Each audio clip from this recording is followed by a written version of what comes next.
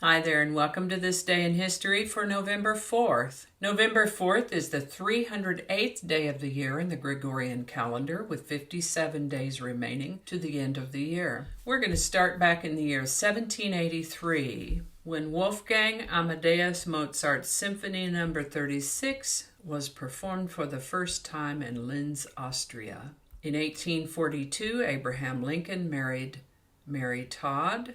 Apparently she was from a well-to-do family and he was a struggling lawyer, so her family was against it. You know how young couples are. It won't be deterred. But he did break it off for a while, and then they resumed their relationship and got married in 1842 at her sister's home in Springfield, Illinois.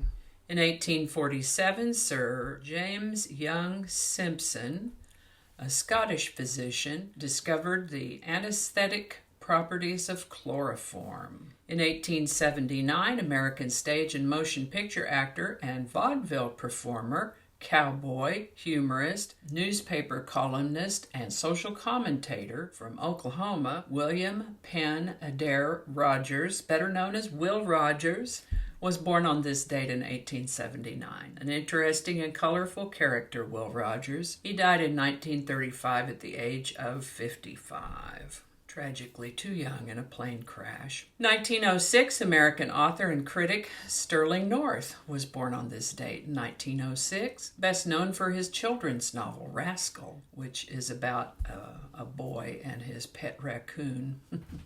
I read this back in the 60s. My grandmother gave me a copy of it, I believe, for my birthday, and I enjoyed it mightily. As entertaining as it was to read, it did not sell me on the idea of trying to have a raccoon for a pet.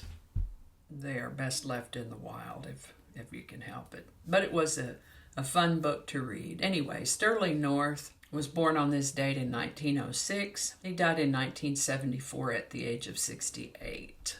1913, American actor Gig Young was born on this date. He has a lengthy filmography and has won many awards for his work in film. And that's what we'd like to remember him for, because he became a pretty serious alcoholic. Cost him several relationships and probably some work, and may have actually been a factor in his death in 1978. He was 64 when he died. But this is the anniversary of his birth, so.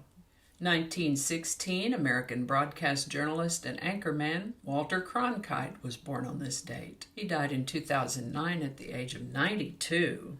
A lot of creative people born on this date throughout the last 100+ years. In 1918, American actor Art Carney was born on this date in 1918. He died in 2003 at the age of 85. 1922, the entrance to King Tut's tomb was discovered by British archaeologist Howard Carter and his workmen. They discovered a step leading to the tomb of King Tutankhamun in the Valley of the Kings in Egypt. 1928, one of New York's most notorious gamblers was shot to death. Arnold Rothstein, New York's most notorious gambler, shot and killed during a poker game at the Park Central Hotel in Manhattan. The police found Rothstein bleeding profusely at the service entrance of the hotel and followed the blood trail back to a suite where a group of men were playing cards. Rothstein had run a pretty profitable career, but toward the end he began losing money. Apparently he had nothing good in his final hand. Before he died, the police asked him who shot him, and he put a finger to his lips, keeping the gangster's code of silence.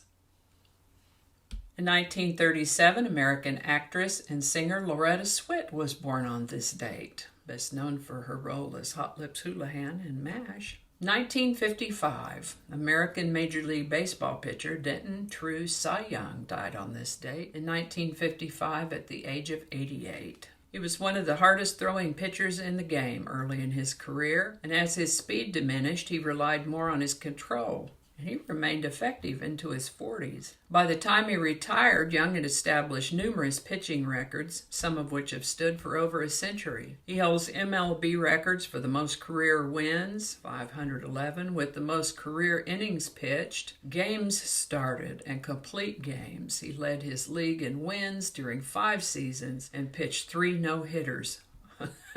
No small feat there, including a perfect game. Cy Young was elected to the National Baseball Hall of Fame in 1937. In 1956, 1 year after his death, the Cy Young Award was created to honor the best pitcher in each league for the season. In 1956, the Soviets put a brutal end to a Hungarian revolution. A spontaneous national uprising that had begun 12 days before in Hungary was viciously crushed by Soviet tanks and troops on November 4, 1956. Thousands were killed and wounded, and nearly 250,000 Hungarians fled the country. In 1969, American actor and producer Matthew McConaughey was born on this date. He's a prolific actor with a lengthy filmography, but I particularly like his Lincoln car commercials. They're pretty classy. And speaking of cars, the Netherlands experienced their first car-free Sunday caused by the 1973 oil crisis. Highways were only used by cyclists and roller skaters. In 1979, the Iran hostage crisis began after the U.S. Embassy in Tehran was stormed by student followers of the Ayatollah Khomeini. This sent shockwaves across America when they stormed the U.S. Embassy in Tehran. The radical Islamic fundamentalists took 90 hostages. The 444-day saga finally met resolution when the remaining hostages were released on January 20th, 1981. I remember that too. In 1980, Ronald Reagan was elected the 40th President of the United States, defeating incumbent Jimmy Carter. 1990, the movie Dances with Wolves premiered in theaters. This was a film about a Civil War-era soldier and a group of Sioux Indians, and it starred Kevin Costner, and also marked his directorial debut. 1995, Israeli Prime Minister Yitzhak Rabin was assassinated. 2008, Barack Obama was elected as America's first black president, defeating Senator John McCain of Arizona to become the 44th U.S. president and the first African American elected to the White House. In 2008, American physician, author, director, producer, and screenwriter Michael Crichton died on this day. Now, didn't we just mention him a little over a week ago on the anniversary of his birth? He's best known for his work in the science fiction, thriller, and medical fiction genres. He was 66 at the time of his passing.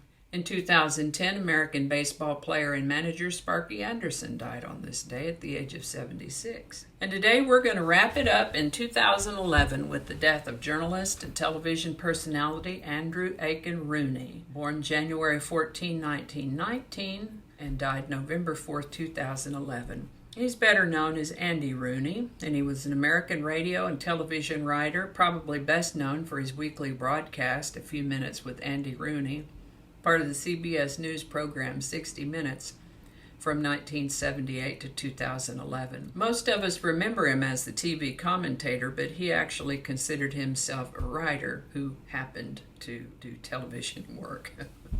Some of his shorter television essays have been archived into numerous books, one being called Common Nonsense, which came out in 2002, and another one called Years of Minutes. His final regular appearance on 60 Minutes aired on October 2nd, 2011, and he died 1 month later on November 4th at the age of 92. Andy Rooney. And I think that's going to do it for us today. As always, links to my research are included in the show notes. Give it a like if you enjoyed this video, and consider subscribing if you haven't already. And feel free to share this video. Thank you so much for watching, and I'll see you next time. Blah, blah, blah, coffee mug.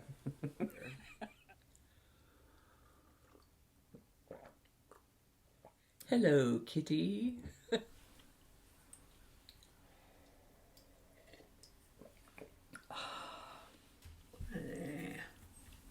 When it says stuff twice, that's annoying. Okay. Duh. I hear Abby barking next door. Don't know what's going on with her, but I think Annie's in the house. All right, let's try this again. Who knows what evil lurks in the hearts of men? She's not a man.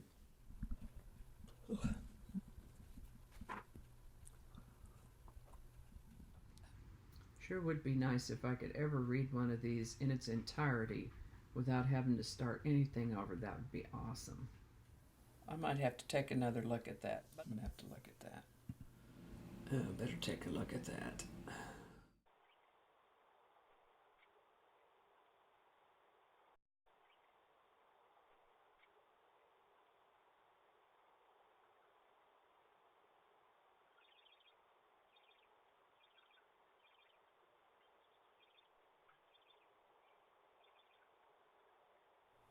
This is why I don't do live shows.